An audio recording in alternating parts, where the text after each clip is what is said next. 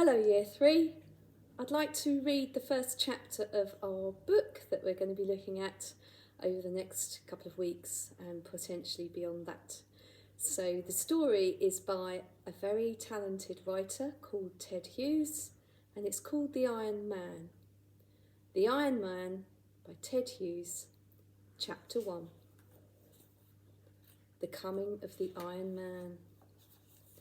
The Iron Man came to the top of the cliff. How far had he walked? Nobody knows. Where had he come from? Nobody knows. How was he made? Nobody knows. Taller than a house, the Iron Man stood at the top of the cliff, on the very brink, in the darkness. The wind sang through his iron fingers. His great iron head, shaped like a dustbin but as big as a bedroom, slowly turned to the right, slowly turned to the left. His iron ears turned this way, that way. He was hearing the sea. His eyes, like headlamps, glowed white, then red, then infrared, searching the sea. Never before had the Iron Man seen the sea. He swayed in the strong wind that pressed against his back. He swayed forward on the brink of the high cliff. And his right foot, his enormous iron right foot, lifted up, out, into space, and the Iron Man stepped forward off the cliff into nothingness. Crash! Down the cliff the Iron Man came toppling, head over heels. Crash! Crash! From rock to rock, snag to snag, tumbling slowly, and as he crashed and crashed and crashed, his iron legs fell off. His iron arms broke off, and the hands broke off the arms. His great iron ears fell off, and his eyes fell out. His great iron head fell off. All the separate pieces tumbled, scattered, crashing, bumping, clanging, down onto the rocky beach far below. A few rocks tumbled with him. Then silence. Only the sound of the sea, chewing away at the edge of the rocky beach, where the bits and pieces of the Iron Man lay scattered far and wide, silent and unmoving. Only one of the iron hands, lying beside an old sand-logged, washed-up seaman's boot, waved its fingers for a minute, like a crab on its back. Then it lay still. While the stars went on wheeling through the sky, and the wind went on tugging at the grass on the cliff top, and the sea went on boiling and booming. Nobody knew the Iron Man had fallen. Night passed. Just before dawn, as the darkness grew blue and the shapes of the rocks separated from each other, two seagulls flew crying over the rocks. They landed on a patch of sand. They had two chicks in a nest on the cliff, and now they were searching for food. One of the seagulls flew up. Ah! He had seen something.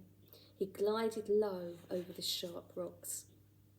He landed and picked something up, something shiny, round and hard. It was one of the Iron Man's eyes. He brought it back to his mate. They both looked at this strange thing, and the eye looked at them.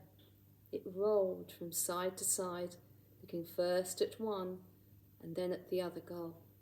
The gulls, peering at it, thought it was a strange kind of clam peeping at them from its shell. Then the other gull flew up, wheeled around and landed and picked something up, some awkward, heavy thing. The gull flew low and slowly, dragging the heavy thing. Finally, the gull dropped it beside the eye. This new thing had 5 legs. It moved. The gulls thought it was a strange kind of crab. They thought they'd found a strange crab and a strange clam. They did not know they had found the Iron Man's eye and the Iron Man's right hand. But as soon as the eye and the hand got together, the eye looked at the hand. Its light glowed blue. The hand stood up on 3 fingers, and its thumb, and craned its forefinger like a long nose. It felt around. It touched the eye. Gleefully, it picked up the eye and tucked it under its middle finger. The eye peered out between the forefinger and thumb. Now the hand could see. It looked around. Then it darted and jabbed one of the gulls with its stiffly held finger, then darted at the other and jabbed him. The two gulls flew up into the wind with a frightened cry. Slowly then, the hand crept over the stones, searching. It ran forward suddenly, grabbed something and tugged, but the thing was stuck between two rocks. The thing was one of the Iron Man's arms. At last the hand left the arm and went scuttling hither and thither among the rocks till it stopped and touched something gently. This thing was the other hand. This new hand stood up and hooked its finger around the little finger of the hand with the eye and let itself be led. Now the two hands, the seeing one leading the blind one, walking on fingertips, went back together to the arm, and together they tugged it free. The hand with the eye fastened itself onto the wrist of the arm. The arm stood up and walked on its hand. The other hand clung on behind as before, and this strange trio went searching. An eye, there it was, blinking at them speechlessly beside a black and white pebble. The seeing hand fitted the eye to the blind hand, and now both hands could see. They went running among the rocks. Soon they found a leg. They jumped on top of the leg, and the leg went hopping over the rocks, with the arm swinging from the hand that clung to the top of the leg. The other hand clung on top of that hand. The two hands, with their eyes, guided the leg, twisting it this way and that, like a rider guiding a horse. Soon they found another leg and the final arm. Now each hand, with an eye under its palm and an arm dangling from its wrist, rode on a leg separately about the beach. Hop, hop, hop they went, peering among the rocks. One found an ear, and at the same moment the other found the giant torso. Then the busy hands fitted the legs to the torso, and they fitted the arms, each fitting the other, and the torso stood up with legs and arms, but no head. It walked about the beach, holding its eyes up in its hands, searching for its lost head. At last, there was the head, eyeless, earless, nested in a heap of seaweed. Now in no time, the Iron Man had fitted his head back and his eyes were in place, everything in place except for one ear. He strode about the beach, searching for his lost ear as the sun rose over the sea and the day came. The two gulls sat on their ledge high on the cliff. They watched the immense man striding to and fro over the rocks below. Between them, on the nesting ledge, lay a great iron ear. The gulls could not eat it. The baby gulls could not eat it. There it lay on the high ledge.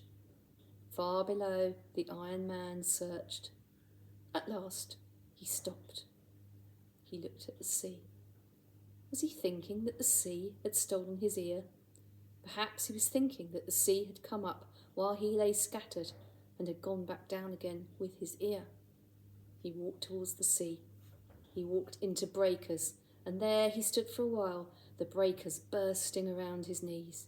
Then he walked in, deeper, deeper, deeper. The gulls took off and glided down low over the great iron head that was now moving slowly out through the swell. The eyes blazed red, level with the wave tops, till a big wave covered them, and foam spouted over the top of the head. The head still moved out under water. The eyes and the top of the head appeared for a moment in a hollow of the swell. Now the eyes were green, then the sea covered them, and the head. The gulls circled low over the line of bubbles that went on moving slowly out into the deep sea.